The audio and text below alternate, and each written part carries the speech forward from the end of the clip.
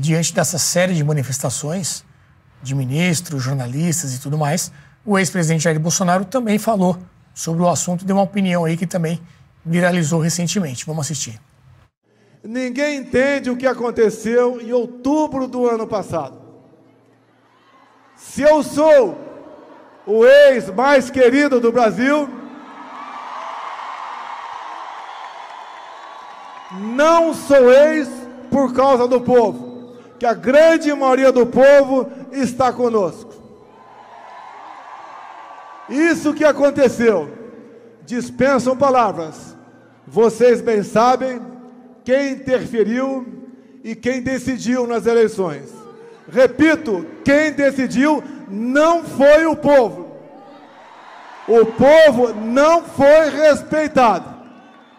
Mas vamos considerar o ano passado uma página virada. Você vê que a confusão está formada, né? Falei aqui no início que a gente ia tentar seguir uma ordem cronológica das coisas. Vamos falar ainda de Flávio Dino no STF, né? A gente está tentando aqui dar uma organizada na sequência dos eventos. Então isso foi ainda na semana passada. E aí a gente já entra num segundo assunto, podemos dizer assim, que foram as manifestações desse final de semana, principalmente aqui na Avenida Paulista, né? Milhares de pessoas. Temos também algumas imagens, mas eu quero passar a bola para o Jean Turco antes disso, para ele fazer um apanhado geral aí, então, né? Teve gente até que falou, olha, o Supremo está meio que fazendo uma confissão aqui do papel que ele teve, mas com esse olhar que o Luiz Felipe comentou, né? Dizendo isso de uma forma ali com orgulho, olha, salvamos a democracia, fizemos o que tinha que ser feito. A leitura foi um pouco diferente, né? No caso do Bolsonaro, que fez essa análise que a gente acabou de ver. Jean Turco, como é que você vê isso daí? São visões diferentes sobre o mesmo fato, as pessoas estão acreditando naquilo que elas estão falando. Eu acho que é uma coisa meio psicológica até, né? Que a gente tem que fazer aqui uma análise mais profunda do ser humano mesmo para entender tudo o que está acontecendo. Pois é, eu amo essas declarações, na verdade, quando estes posts, essas postagens, essas mensagens, porque quando a coisa é transparente, eles admitem de verdade o que aconteceu, tudo fica muito mais claro, né? Então, na verdade, isso é muito bom, pelo menos que se fale explicitamente, porque é isso mesmo, isso aconteceu e eles reivindicam com orgulho, etc. Pelo menos agora a coisa está clara e ninguém esconde isso, etc. Então, isso, para mim, isso é ótimo. Eventualmente o problema é o fato em si, mas não mostrar o problema, falar abertamente, né? A análise psicológica que você quer, eu diria que assim, seria outro programa, mas assim, rapidamente, política é torcida. Então cada um tem já uma visão prévia e depois só arruma justificativas, interpreta os fatos segundo suas preferências prévias e adapta os fatos às suas crenças. Não é, infelizmente, aquela coisa racional que deveria ser, que as pessoas idealizam, que gostariam que fosse, etc. Não é isso. A política é torcida, na melhor das hipóteses, é uma briga, então é tribalismo puro, e aí você tem dois lados, e um lado que qualquer coisa aconteça sempre vai justificar os seus amigos e sempre irá contra seus inimigos. Ainda mais isso de forma geral, ainda mais quando você tem posições extremistas e ainda mais em períodos de muita polarização, como tem agora no mundo inteiro, inclusive. Tá? Obviamente, repito, o fato que o STF esteja no meio dessa briga e protagonize isso é ainda mais grave. O STF deveria ser superior a tudo isso. Se tem uma instituição que cumpre um papel fundamental, importantíssimo, que é o controle de constitucionalidade, que deveria ser mais imune possível a tudo isso, e ter um papel mais técnico, etc., é exatamente o STF. E não está sendo imune nem o STF a essa briga política, a essa percepção, etc. Agora, eu queria tentar fazer aqui, se me permitir, Renato, um pouco um exercício de, assim, o STF dos sonhos, né? Tentando ver quais seriam, como deveria ser, talvez, uma boa reforma, como poderia resolver alguns dos problemas, posto que, obviamente, nada é perfeito, etc. Em primeiro lugar, eu diria, nós temos essa questão da Constituição ser a terceira mais ampla do mundo, que, de fato, entrega de bandeja à Corte Constitucional, qualquer que seja, muitos poderes e muitas decisões. Segundo, E aí, obviamente, sei perfeitamente que isso é muito difícil de ser mudado, ainda mais no curto prazo. Segundo, essa sobreposição. Para ser mais claro ainda, em muitos países você tem uma corte constitucional que se ocupa só das questões constitucionais e das relações entre os poderes, e depois você tem uma corte de última instância. Por exemplo, aqui nós sabemos que a corte de última instância, o fórum para os políticos, é o STF. Poderia ser outra corte, poderia ser o STJ, por exemplo, não precisa ir para o STF. Então isso geraria menos ônus, menos decisões e menos no cerne das questões políticas.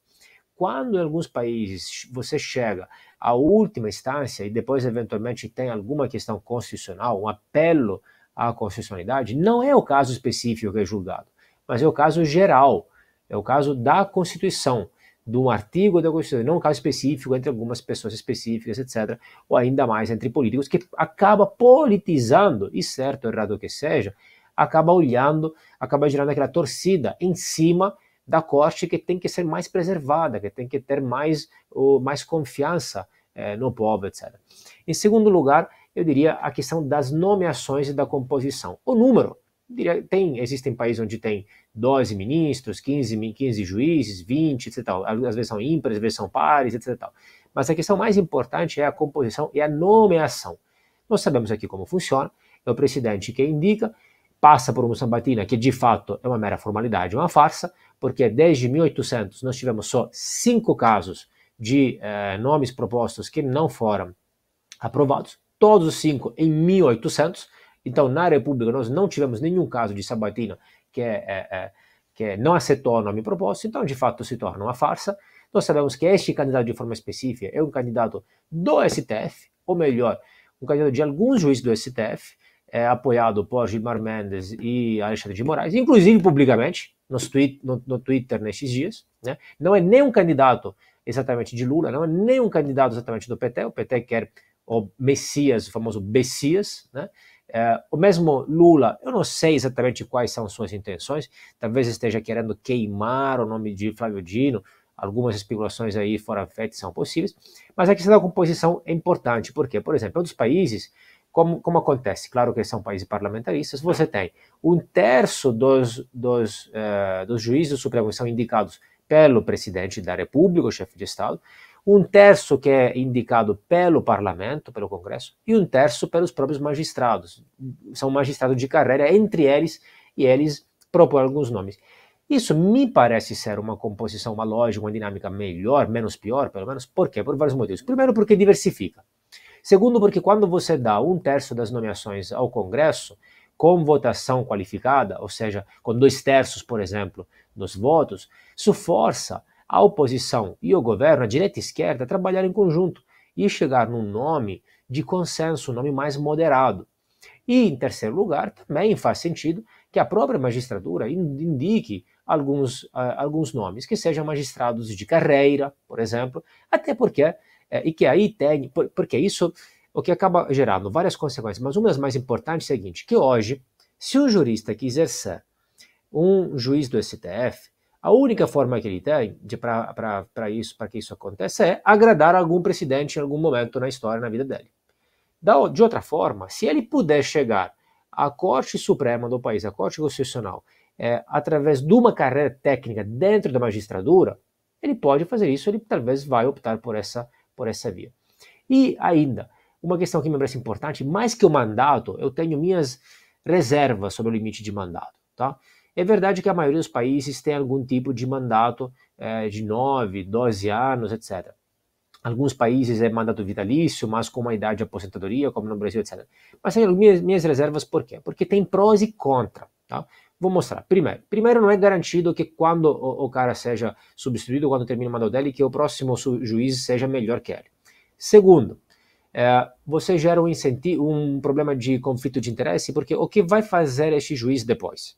Ele vai trabalhar em alguma empresa, alguma universidade, ele vai dar palestras, associações, etc. e tal. Então, o que pode acontecer? Que durante o mandato, ele pode decidir para favorecer grupos que depois vão contratar ele, por exemplo, no futuro. Essa é uma possibilidade. Isso já acontece hoje em vários outros órgãos. Aí, por isso, inclusive, muitas vezes, no final do mandato, em alguns órgãos, a pessoa é mantida à vida, ou seja, recebe um salário vitalício. Por quê? Que também seria outro problema, porque vai custar para nós, pagadores de impostos. Mas é feito por quê? Porque para dar independência nas decisões durante o mandato. Então, me parece... E terceiro problema do limite de mandato. Tem um problema de pilhagem, ou seja, quando você tem um mandato mais curto, você pode gerar um incentivo a se beneficiar rapidamente e pilhar o botim, o tesouro, etc., para se autofavorecer no curto prazo, em lugar de preservar aquele salário, aquele cargo no longo prazo. E quarto ponto, poderia ter outros, que é o seguinte: quando um juiz do STF é nomeado, não é só qualquer, na verdade, é nomeada, inicialmente ele se sente grato e dá alguma lealdade a quem o nomeou, no caso o presidente da República. Mas isso acaba diminuindo ou acabando ao longo do tempo. Então, se você encurtar este mandato, este tempo, o que vai acontecer? Ele vai se sentir mais leal, talvez vai se sentir mais grato, talvez vai retornar ao favor de alguma forma, e quando vai se tornar mais independente, já será trocado por outro. Né? O que me parece mais importante neste caso, na verdade, é outra questão. Por exemplo, por limites não máximos de mandato, limites mínimos. Um limite de idade mínima, talvez pode ser 50 anos, ou mais que um limite de idade, o limite mínimo de experiência, por exemplo. Né? Eu sei, 20 anos de magistratura, etc. Ou que tenha passado tanto pela advocacia quanto pela magistratura, etc. Algum limite de competência. É claro que, atenção, sei que tudo isso está longe de resolver o problema. E depois aquelas questões lá que acenei para tentar dar menos protagonismo, jogar menos na fogueira da política, que às vezes podem parecer minúcias, a questão da TV, a questão dos discursos, etc., mas que afastaria a Corte Suprema dessa fogueira política e daria uma imagem mais séria, mais de respeito, mais de confiabilidade, etc. Tal.